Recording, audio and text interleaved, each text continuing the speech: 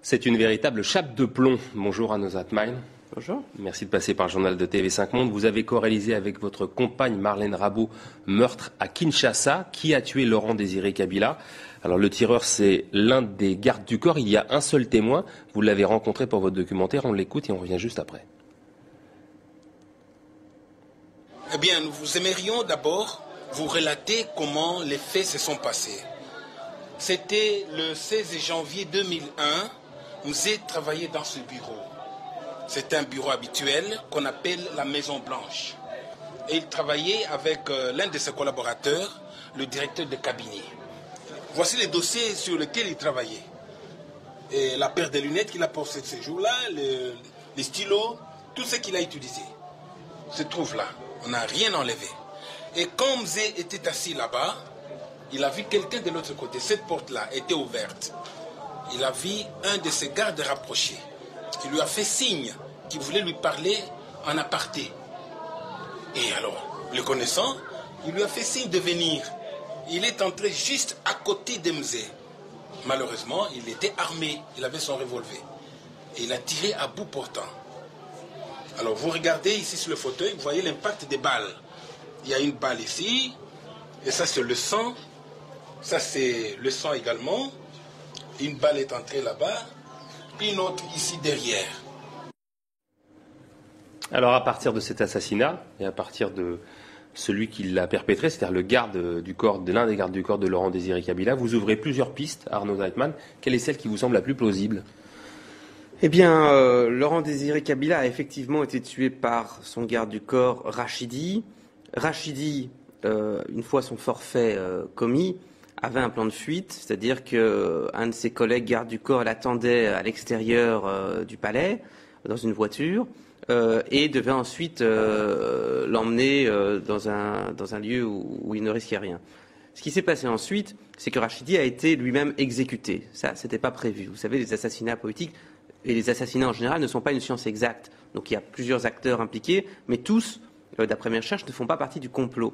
Donc il y a un des hommes proches de Laurent Désiré Kabila, Edi Kapend, qui a réussi à arriver sur la scène du crime quelques minutes après l'assassinat, et qui, par vengeance, ça peut paraître surprenant, et pourtant c'est bien la réalité, par vengeance, attristé par la mort de son chef, impulsif, a exécuté le garde du corps qui venait lui-même d'être neutralisé par d'autres de ses collègues. Alors, quels sont les commanditaires de l'assassinat de Kabila? Alors, j'ai travaillé vraiment de manière très factuelle. Donc, les faits qu'on a réussi à établir, c'est que l'assassin avait un complice qui l'attendait à la sortie.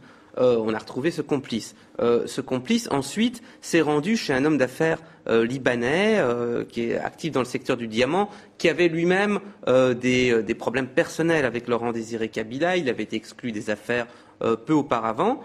Et les deux hommes ont réussi, l'un a été brièvement arrêté.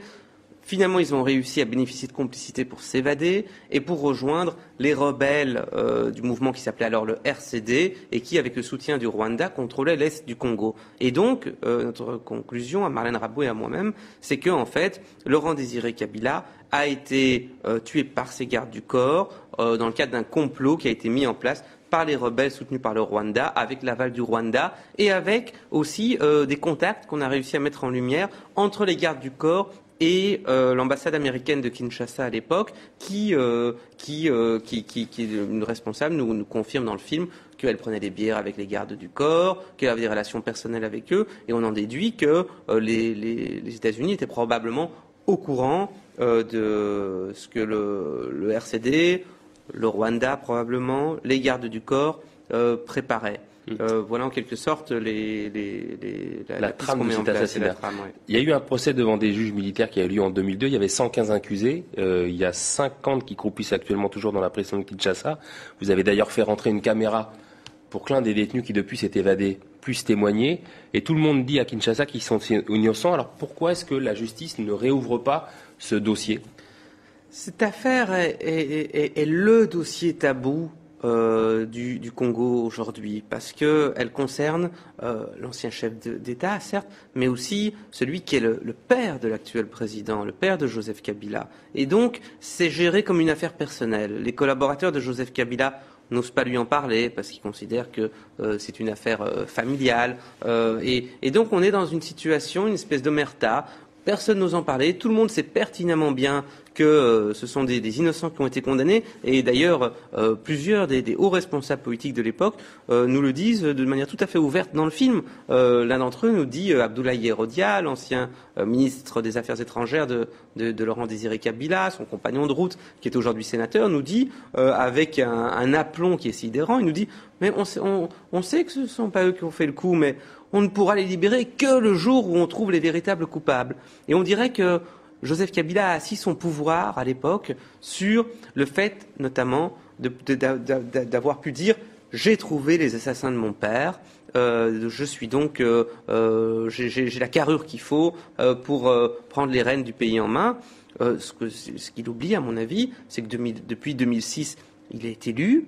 Et donc, sa légitimité est tirée de son élection et non pas du fait qu'il ait pu ou qu'il n'ait pas pu trouver des assassins de son père.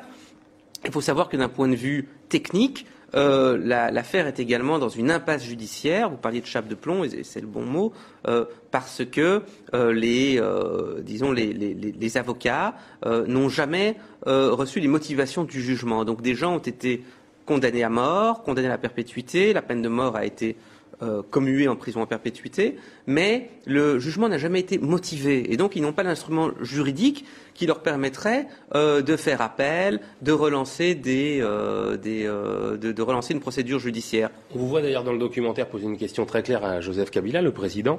Vous avez passé 10 ans au Congo, un peu plus de 10 ans. Vous n'avez pas eu de problème pour tourner ce documentaire? Comment vous avez fait? Je savais effectivement que c'était une question taboue, mais moi je suis arrivé au Congo comme jeune correspondant de presse pour la BBC, puis pour France 24 et TV5 notamment, et une des premières affaires que j'ai couvertes, c'est effectivement l'assassinat de Laurent Désiré Kabila et puis le procès qui s'en est suivi.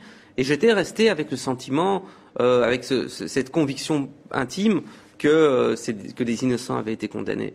Mais vous savez, vous faites le même métier que moi, vous savez que une information chasse l'autre, et donc le procès étant terminé, après on passe à autre chose. Puis le Congo est un pays où il se passe tellement de choses et où il y a si peu de journalistes travaillant pour des médias étrangers.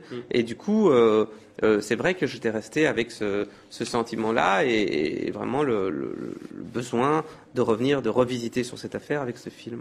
Il y a Jean-Marie Louboula, qui est un téléspectateur congolais. Il vit à Atlanta, aux États-Unis, et il vous demande quel bilan vous tirez des 10 années de présidence justement de Joseph Kabila. Bon, je crois que c'est un peu tôt pour tirer. Alors c'est vrai, 10 ans, on pourrait tirer des bilans. Je pense que d'un point de vue économique, il y a quand même des avancées pour la population, qu'il y a une croissance, il y a des choses qui se passent, on construit. Par contre, le danger, je pense, c'est sur le plan juridique, c'est que les tribunaux ne fonctionnent pas bien du tout. Et donc, les gens n'ont pas de sécurité juridique. Il y a énormément de problèmes de parcelles, de propriété sur la terre. Et puis, il y a ces changements constitutionnels qui ont été faits récemment. Et c'est vrai que l'approche de l'élection de cette année sera cruciale. Disons, les structures démocratiques congolaises sont extrêmement jeunes et fragiles.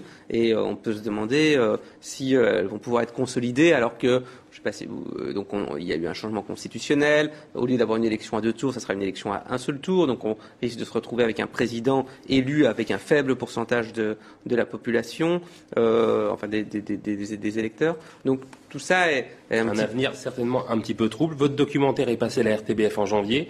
Il passera certainement sur d'autres chaînes, notamment sur France O. On va se quitter avec cette réflexion de Sénèque. Le 27 novembre sur France O. Le 27 de ce mois-ci, le 27 avril. Le 27 avril de ce mois-ci sur France O. Donc, meurtre à Kinshasa qui a tué Laurent Désiré Kabila. Cette réflexion de Sénèque, pour se quitter, le philosophe latin qui disait « Le coupable est celui à qui le crime profite ». Merci beaucoup Arnaud Zeitman d'être passé par TV5 Monde. Vous pouvez réagir sur votreavis@tv5monde.org ou posez vos questions à Gilles Labarthe dans Sarko l'Africain. L'ethnologue suisse nous explique pourquoi Nicolas Sarkozy s'intéresse plus à l'Afrique qu'on ne le pense. Gilles Labarthe sera demain notre invité.